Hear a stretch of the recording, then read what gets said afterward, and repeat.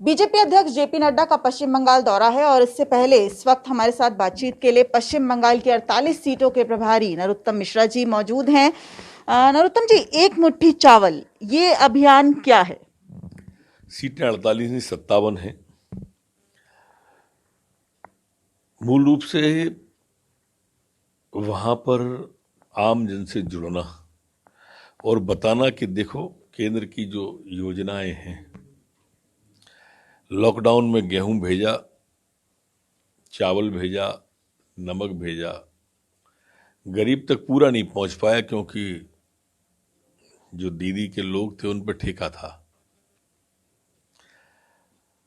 हमने प्रधानमंत्री आवास भेजे, वो पूरे आ ही नहीं पाए, पहुंच ही नहीं पाए लोगों तक। किसान सम्मान निधि 6,000 रुपया एक भी किसान को नहीं मिली पूरे पश्चिम बंगाल में।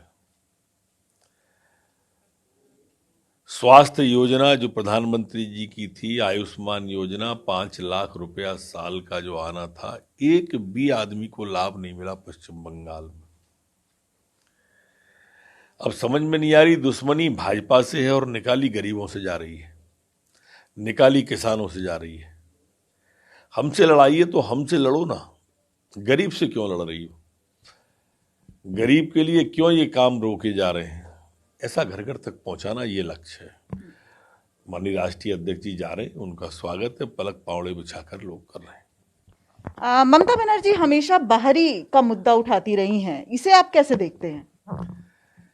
अब ममता दीदी को हम देश के लोग बाहरी नजर आते हैं और पाकिस्तान और बांग्लादेश के घुसपैठी अपने नजर आते हैं। यही तो मूल मुद्दा है। वहाँ घुसपैठी है उनके हैं और हम लोग बाहरी हैं। और जब हम लोग जो देश की हैं उन्हें वो बाहरी मानती हैं, तो फिर वो दूसरे प्रदेशों के मुख्यमंत्रियों को क्यों बुलाती हैं? और देवगौड़ा से लेके दूसरे उनने बुला लिए, सारी फुके फुके बल्ब की झालर टांग दी थी। काय के लिए बुलाई? ये चले हुए कारतूस जो वो लाके उनको अंदर का मानती हैं और हमको बाहर का मान लेते हैं। हमारी समझ से ही परे है ये बात।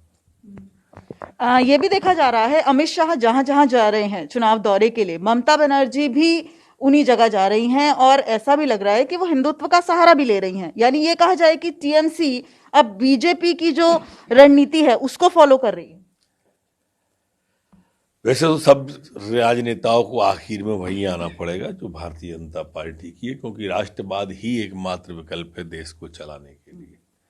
लेकिन बीजेपी का फॉलो वो इसलिए नहीं कर सकते कि ये राष्ट्रवाद का अनुसरण सिर्फ चुनाव के लिए करते हैं, तो इनका हश्र सबका राहुल गांधी और कांग्रेस जैसा ही होगा। भारतीय जनता पार्टी अखंड भारत की अखंड ज्योत जला के रखती है। हमारा एजेंडे का विषय होता है, हमारा आत्मिक विषय है राष्ट्रवाद, अखंड भारत की कल्पना हमारी खून में है, और ये सिर्फ चुनाव तक है ममता दीदी का। तो इस वक्त अभिषेक मुखर्जी जो हैं वो जो हैं काफी हमलावर, अभिषेक बनर्जी काफी हमलावर लग रहे हैं और उन्होंने एक बड़ी बात बोली है कि बीजेपी जो है वो ये देख रही है कि किस घर में किस फ्रिज में मांस और मछली है, लेकिन पुलवामा में जिस तरह से हमला हो रहा है या आतंकवादी हमला कर रहे हैं उस पर कोई नजर नहीं है। नरेंद्र मोदी उस पर कोई जवाब नहीं दे रहे हैं। नरेंद्र मोदी ने घुस के जवाब दिया था पुलवामा का। उनको शायद सामान्य ज्ञान कम हो गया है या समाचार देखते नहीं, माइनिंग में लगे रहते हैं, बालू में, दारू में, कोल में, भू में, ये जितने माफिया हैं इनसे घिरे रहते हैं। वो पाकिस्तान को घर में घुस के जवाब दे रहे हैं, एयर स्ट्राइक में और सर्जिकल स्ट्राइक में। ये सिर्फ मोदी ने ही दिया है, जो उनके टुकड़े टुकड़े गैंग के जितने लोग थे उनने किसी ने नहीं दिया है। तो कृपा करें बनर्जी जी, इतिहास को पढ़ लें। उधर से गोली आती है तो इधर से गोला जाता है। इस वक्त आपने लव जिहाद का मुद्दा भी जो है उसे छेड़ा है और आपका कहना है कि लव जिहाद के खिलाफ कानून भी बनाएंगे बंगाल में। जिस तरह से लोग वहां पे मिल रहे हैं और जिस तरह से देखने में आ रहा है, तो जो भी मुख्यमंत्री भारतीय जनता पार्टी के बनेंगे, मैं उनसे निवेदन करूंगा मध्य प्रदेश और उत्तर प्रदेश की तरह का कानून बनाए। क्या जरूरत क्या लगती है पश्चिम बंगाल में? इस तरह के काफी प्रकरण हैं वहां पर, लोगों ने हमें बताए, मैंने स्वयं ने देखे समझे, तो कानून की वहां जरूरत है। तो बीजेपी और ममता बनर्जी के बीच में पश्चिम बंगाल में लड़ाई जारी है और ऐसे में बीजेपी अध्यक्ष जेपी नड्डा का ये दौरा काफी अहम माना जा रहा है।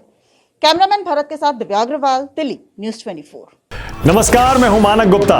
अगर आपको हमारा ये वीडियो पसंद आया हो तो इसे लाइक और शेयर जरूर करें और हां, हमें सब्सक्राइब और फॉलो करना ना भूलें ताकि आप देश और दुनिया की कोई खबर मिस ना करें। तो जुड़े रहिए हमारे साथ और देखते रहिए न्यूज़ 24।